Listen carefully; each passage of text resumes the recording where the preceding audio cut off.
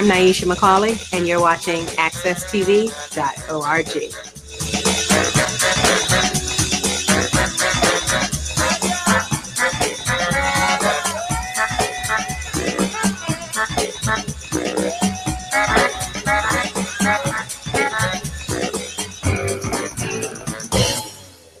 Good morning. This is Jonathan Small, host and producer of All About You, and All About You is broadcast every single week at AccessTV.org studios in downtown Hartford. And All About You is a show that's designed to give my guests a chance to give their life story.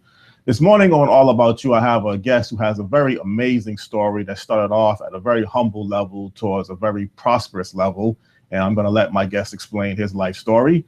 My guest this morning on All About You is the professor of real estate, finance director of the Center of Real Estate and Urban Studies at the University of Connecticut, John Glascock. Good morning, John. How you doing? Good morning, Jonathan. Okay, it's good to have you down here this morning on a Veterans Day. I don't know if you are a veteran or My not. dad was a veteran, fought World War II, occupied Japan after the war, but I did not have the pleasure. Okay. John, you was born and raised, I believe, in Livingston, Tennessee. Yep, born in Livingston, Tennessee at the little local hospital. Grew up in the county. Okay. We are out on a farm. Mm-hmm. What was it like growing up at that particular time in Livingston, Tennessee? Well, it was a fairly poor state. Mm-hmm. I have a photo at home of me like in the third grade and very small. You know, the whole class was like 36 kids. Mm-hmm. And all the guys have on blue jeans and white T-shirts Mm-hmm. because that's what you could afford. Oh. There was no fancy clothes. There was no Izod, Mm-hmm. something I didn't even hear about till I went to college. And I remember once when my dad at Thanksgiving, we were giving turkeys to poor people. And we went to this one particular house, which I'd never been to before.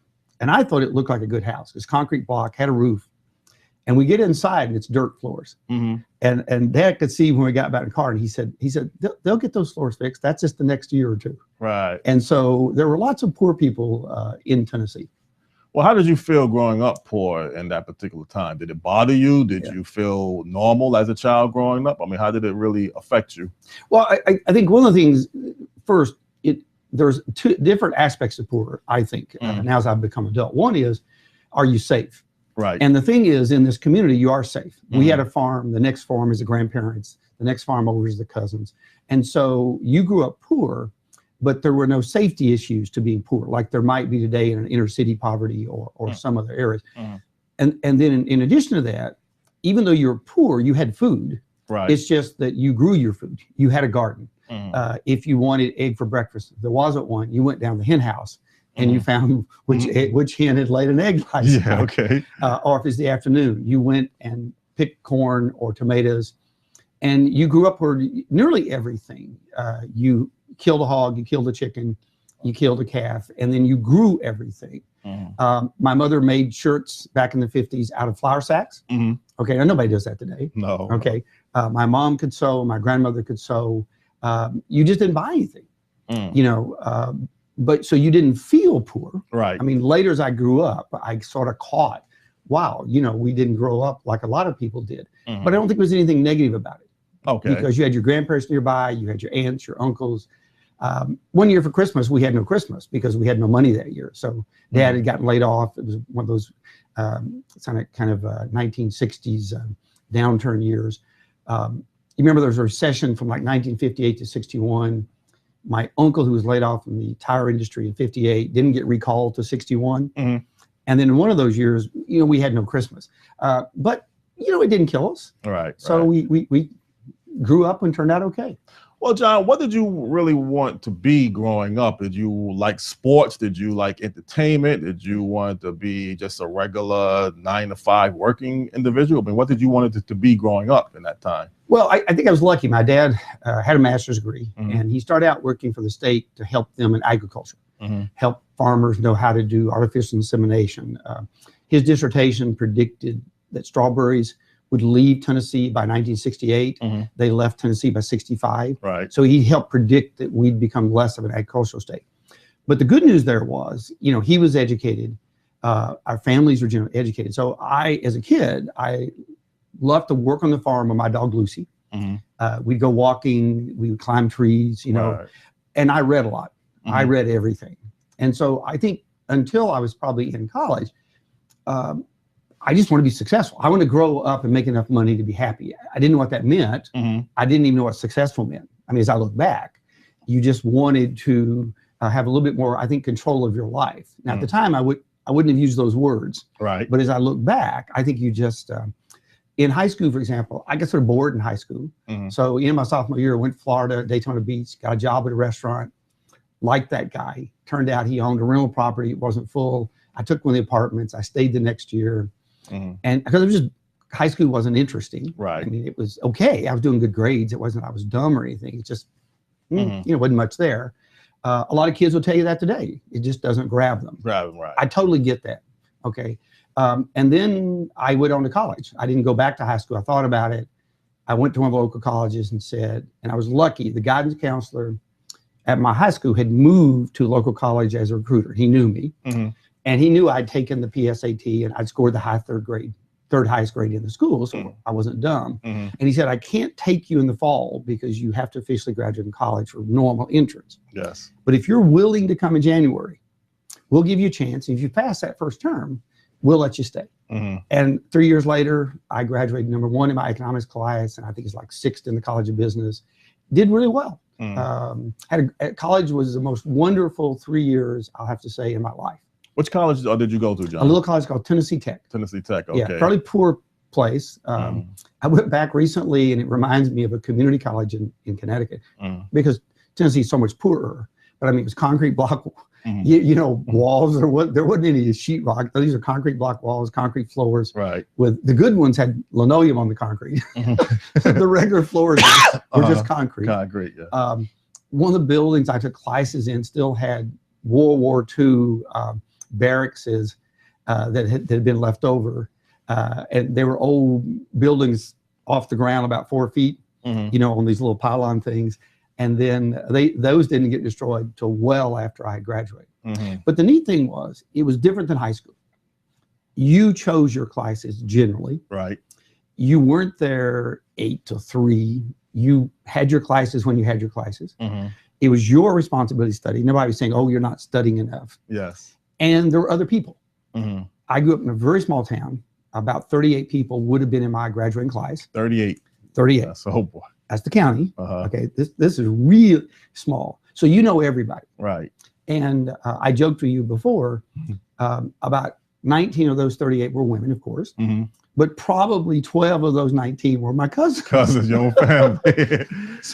So you, you know, when you went to college, though, there are thousands of people, and they're not your cousins. Right. So all of a sudden, there's this whole world of people, ideas, books, and I made a goal to read at least one book a month, having nothing to do with my classes. And met a good friend named Steve Classic. He's now preached outside of Nashville, and he and I would sort of compete on finding really good books. If we could find a really good book that the other one thought was high quality, that was a goal. Right. We became debaters. In our sophomore year, we won the state championship. We were so proud. We beat Vanderbilt and Tennessee and David Lipscomb and, you know, all the key schools in the state. Right. Little boys from, you know, Tennessee Tech who grew up as farmers. Okay. So college was just unbelievably delightful. It was like this whole new world. Yeah.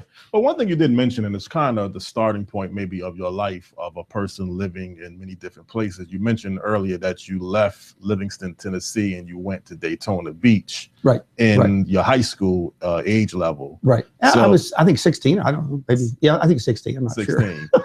So, maybe 17. I don't remember exactly. But I'm just asking you that, or just saying that to kind of get the tone for people who may not be aware that you've lived many different places throughout your life. Yeah. What helped there, I think, is having some exposure.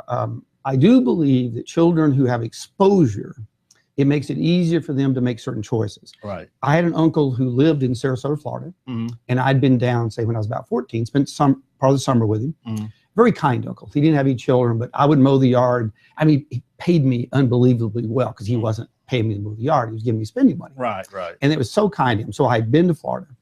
And then the next year, my dad got a National Science Foundation grant to go to Stetson University in DeLand to spend the summer. He took me with him. And he arranged that we had a dorm room with 2 beds. And so I got to spend 2 months in DeLand. I met this local restaurant owner. And that's when I went back and he was the one that hired me. Right. And I had the money to live there. And it was really not Daytona Beach is the land, but the land's only like 14 miles away or something. And but I think having that exposure to Florida through my uncle, I'd also been to Akron, Ohio. Excuse me, is that still north or south when you say Akron, Ohio? That technically the north of Akron's the north part, up relatively near Cleveland. Okay, so that's the northern part of the United States. So I've been in the south of one uncle. I had 3 uncles in Akron, one at Goodyear, one in Firestone. They'd all gone there during World War II. And those were safe industries, so they didn't have to go to war. Right. My My dad did go to war. He was fought through the Pacific, was on the boat when the bomb was dropped, and then went in and helped occupy Japan before he came home. But I'd again been to Akron with those uncles, and so I'd had some exposure to not staying in town. I had some exposure to being in a different location, knowing people in other cities, and of course these cities excited me. Akron back in the '60s was a phenomenal town. Made more tires than most countries in the world. Right. Today, the sad thing is they make 0 tires in Akron, which is heartbreak. Right. Because that town went from a phenomenal blue-collar, working-class town to really a fairly poor town today.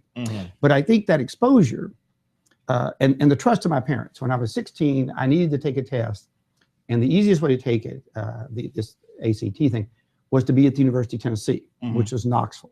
That was about an hour and a half away from our house. Well, they just gave me the car, and they called and made an appointment at the hotel up there. And I drove up, stayed in the hotel. I got the next day, took the exam at Tennessee at age 16, and then drove back that night.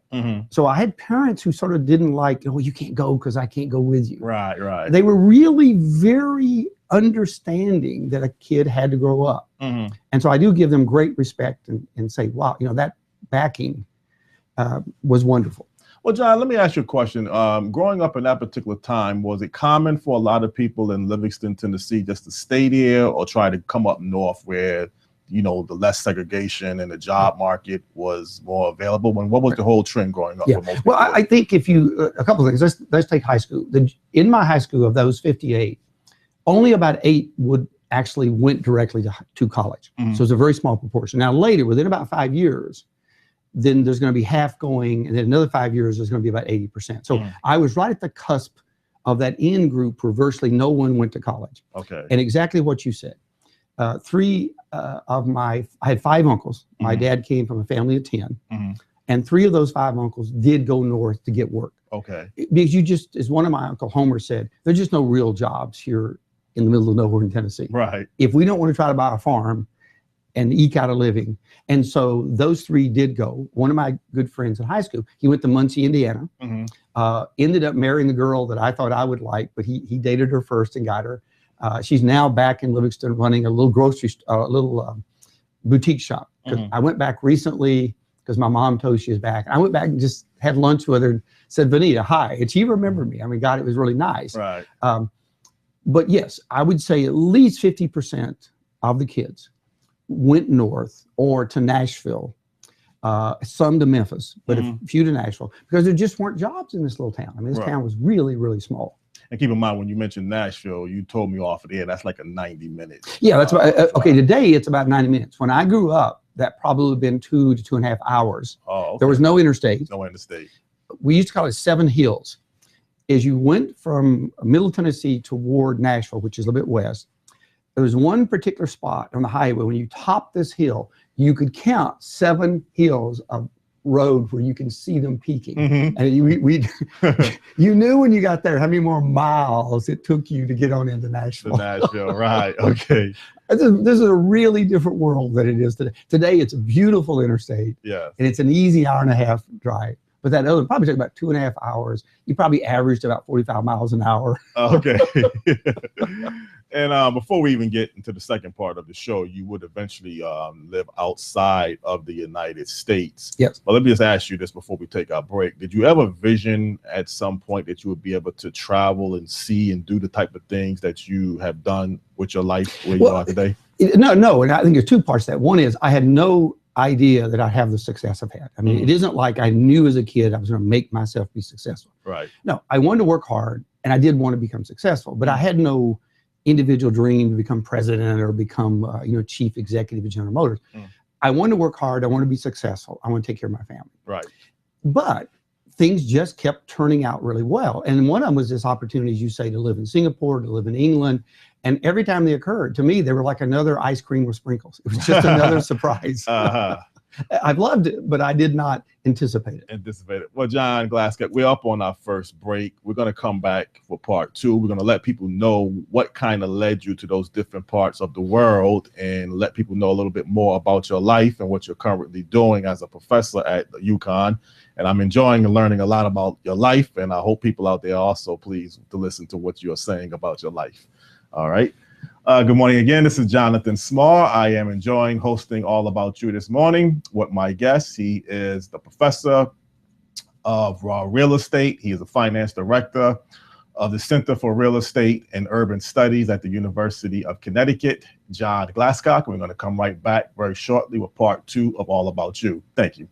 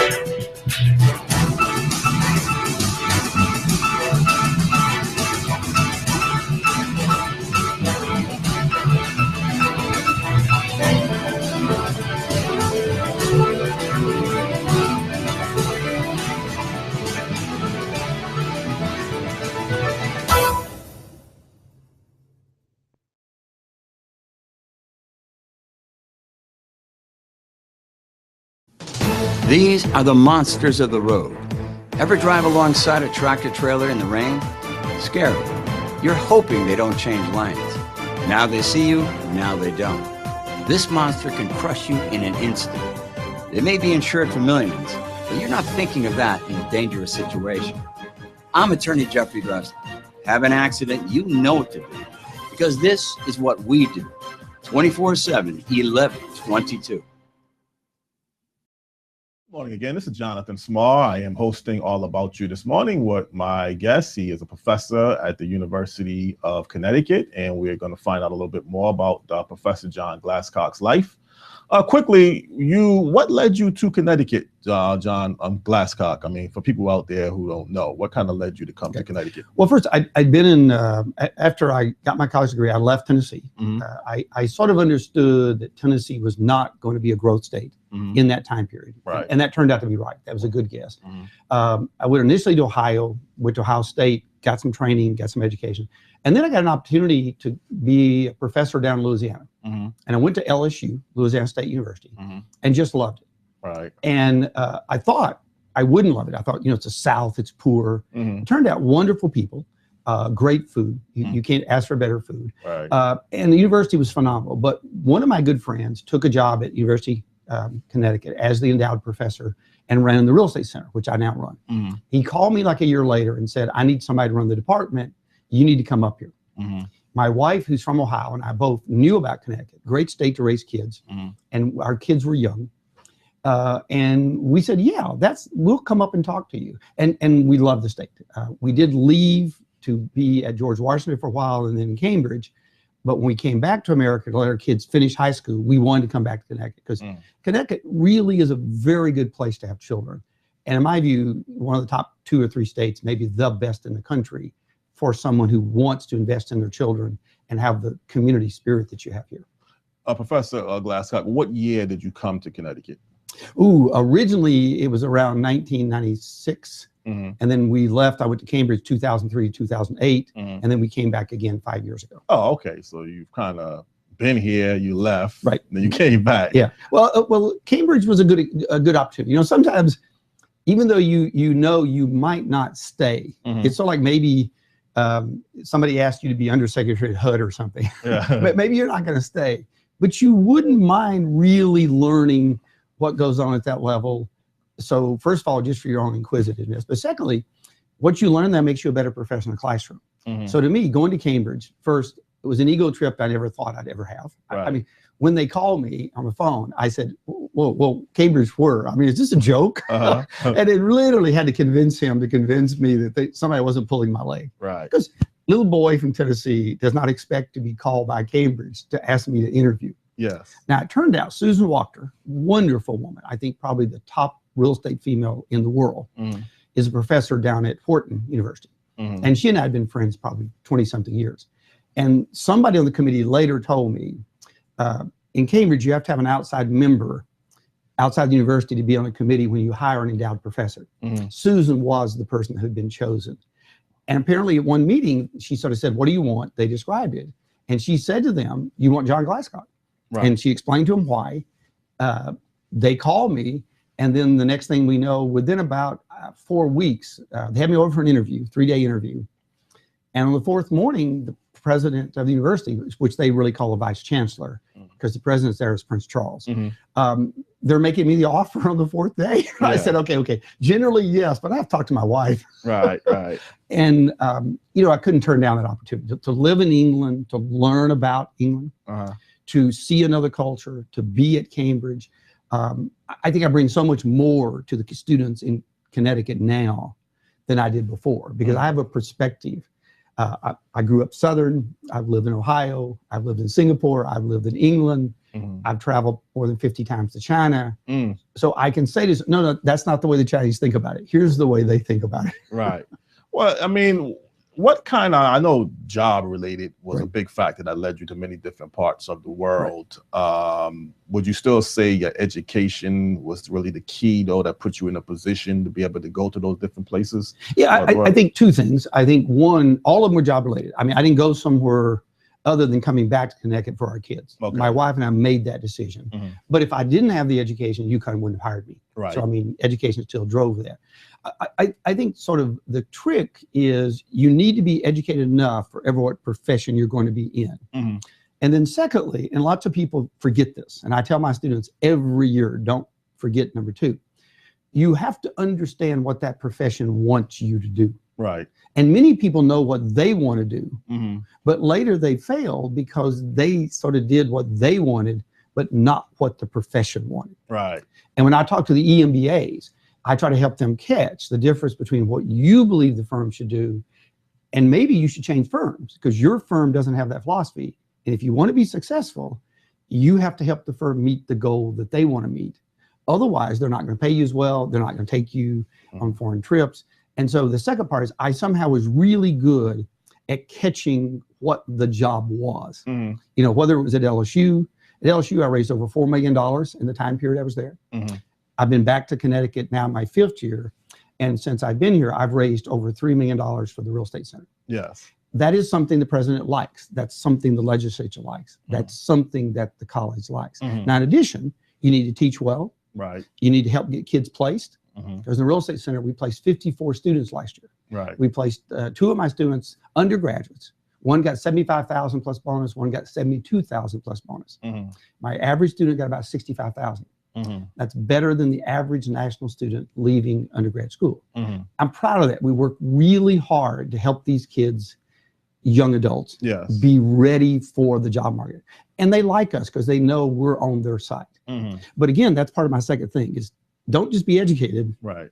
Catch what your profession wants you to do. And when you do it well, you get rewarded with opportunities. And mine happen to be in great locations. Well, Professor Glascock, how long technically did you live outside of the United States? Was it like different time spans? Well, let's say totally 6 years, but 5 years in the United Kingdom. We lived in Cambridge, England, which is about if you're on the fast train, that's 50 minutes from London. Right. If you're on the slow train, that's an hour and a half to London. Well, they're right. 22 stops on the slow train. Yes. So you learn not to take the slow train. So we lived in England for 5 years. Yes. I was the endowed professor at Cambridge, member of Pembroke College, and just had a blast. Loved the English. Wonderful people, cannot say enough about them. Have a different, they're more like Connecticut citizens in probably any other state in the USA. In the USA, yeah. Right. on my street, people wanted to know, did I have a gun? Okay. Because they think all Americans are walking around with guns tied to their bodies. Uh-huh. And I said, no. I mean, yes, when I was on the farm, we had shotguns and rifles because we hunted squirrels and deer. We had a rule. My grandmother's rule was if you shoot it, you eat it. Right. Okay.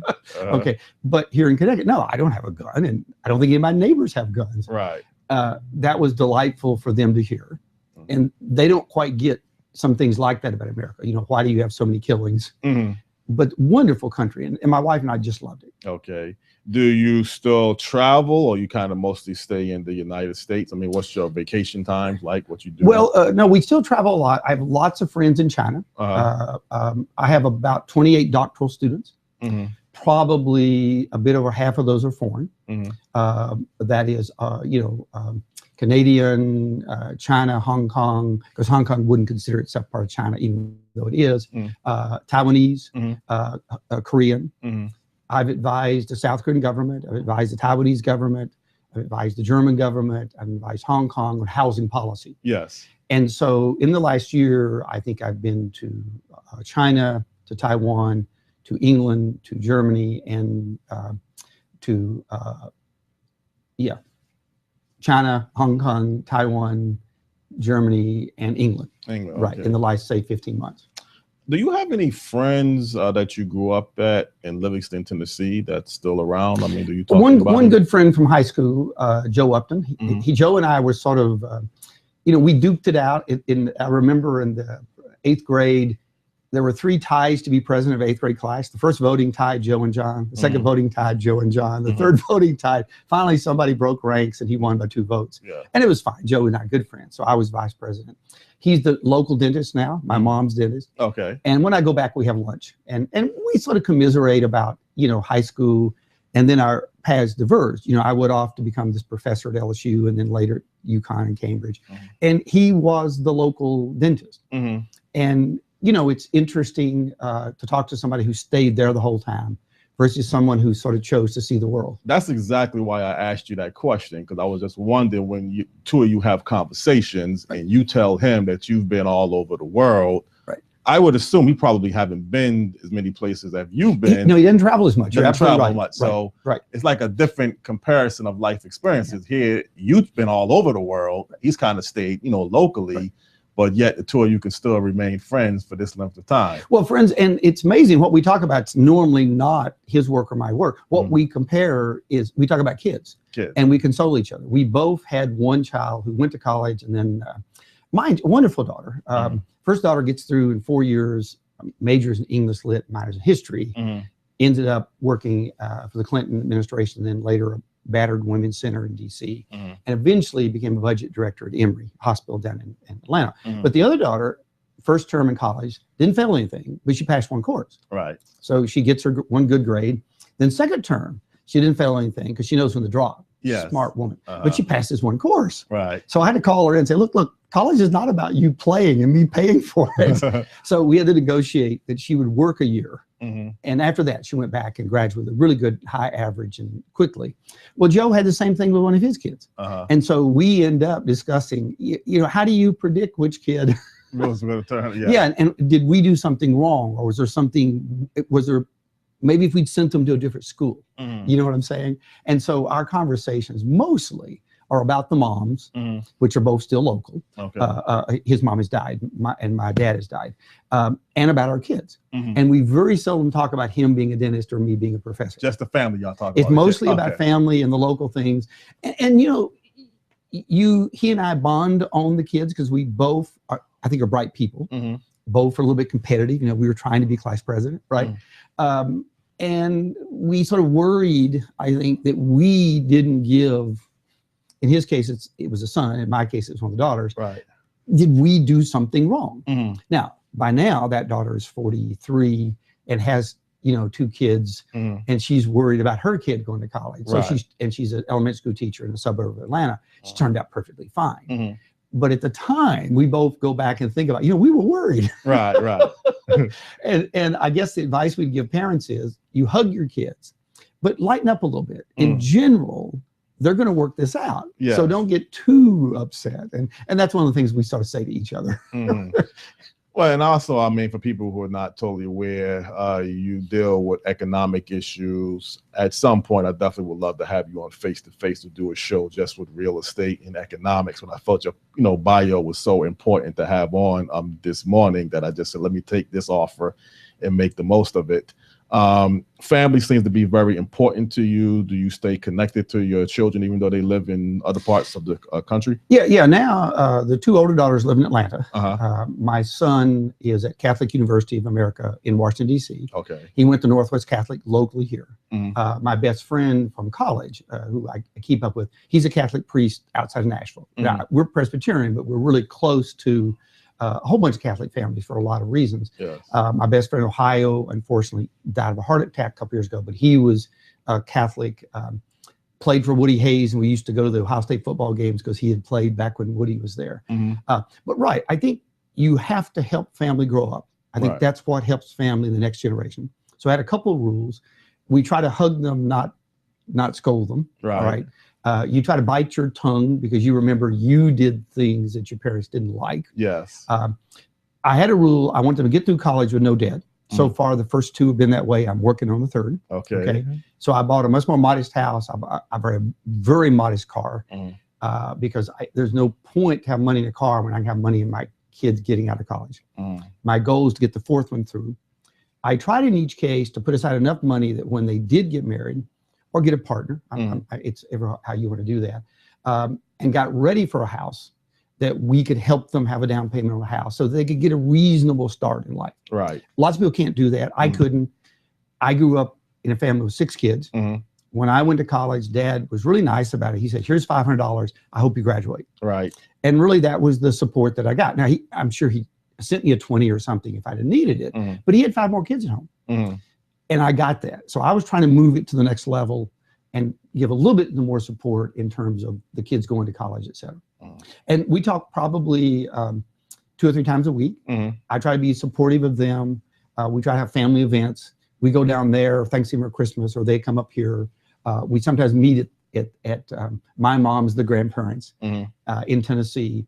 We just had a big summer event there. We went down and had everybody sort of came in, my other sisters and their kids, and grandma has all of the grandkids around her. Yeah. Right? So I think family is important. I asked this question to most of my guests. You are currently the professor at the University of Connecticut, and you've been here over the past, you said you came in the... Yeah, I came back, this is my 5th year back. 5th year back. Do you feel Connecticut is the right place for you? I mean, I don't want to put you on the spot with your job or anything, but I always like to find out, how do you feel about Well, I think a couple of things. First, we came back because we thought Connecticut was a great place to raise kids. That in fact has been true. I want to say, I think you've got lots of small school districts in the state who do a good job of catering to their clientele. And my reading of that data, and my wife was a psychologist, says that small school systems do better than big school systems. So I've been very, very happy there. At the university, UConn's a very good university.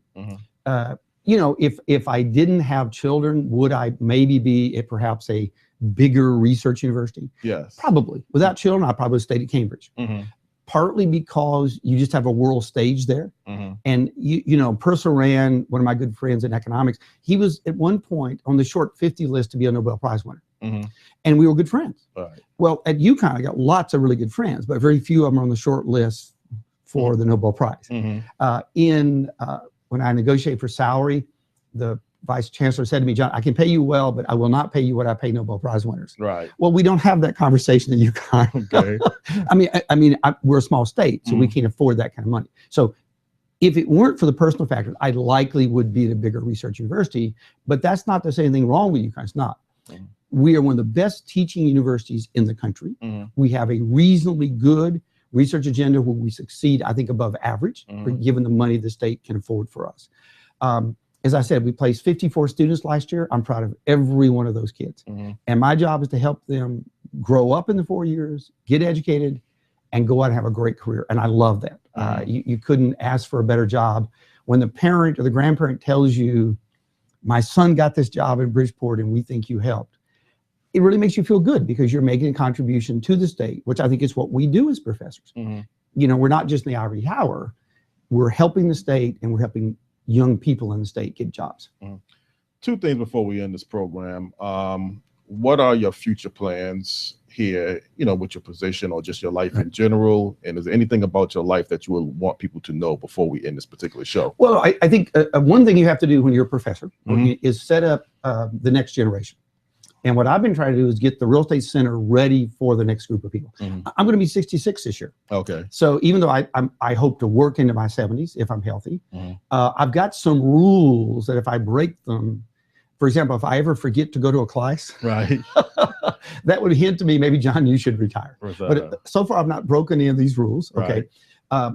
Jeff, one of the really good guys here in town, Jeff Cohen, who lives in West Hartford, we hired him a couple of years ago, young economist, Maryland PhD. I'm grooming him to be the next director. And I think within a year or two, I have the obligation to step back, let him move into that position, and then me be supportive of helping him learn to get it and do what I can do to make him successful. And at that point, I will do more research and let him be the next generation, because I'm 66, he's a young 40. Okay. So one of my real goals is to help UConn have this real estate center. We just celebrated our 50th anniversary last year. I'd like to help Jeff get it really started toward the next 50. And again, let Jeff have a program that helps these students get really well educated and that they get great jobs. And you would still remain on at UConn? I still like to teach, do research. Just to help him get started. So if he needed help as a young, I'd be there to pinch hit. Right. But I don't want to go to every last drop that I've got. I think that's unfair. I think you need to hand the baton off, help that young person get in gear, be around to support them. And then as you gracefully move away, there's no real discontinuity in the program. He's in the groove. He's got that ship, on course, and they're making, 30 knots. Does that kind of cover the things about your life that people may not be aware of? Was anything else about your life that you feel people don't know about your life that you would like people to know? I guess the thing I would say about life is that some people, when I work with students, they believe there's one way to succeed. Right. What I will say is, no. You take the opportunities that life gives you, particularly if it's something you like, and you go for that. Don't say, I have to be a physicist or I have to be an engineer. I got to college, thought I was going to be a physicist. And within back when I went to school, you came in a week early if you were a freshman. And you had sort of a week of talking and seeing stuff. And then you made up your mind sort of what your major is going to be. Economics looked a lot more fun to me. Yes. And I believe later then, even though I double majored in econ and finance, the PhD, real estate market needed people.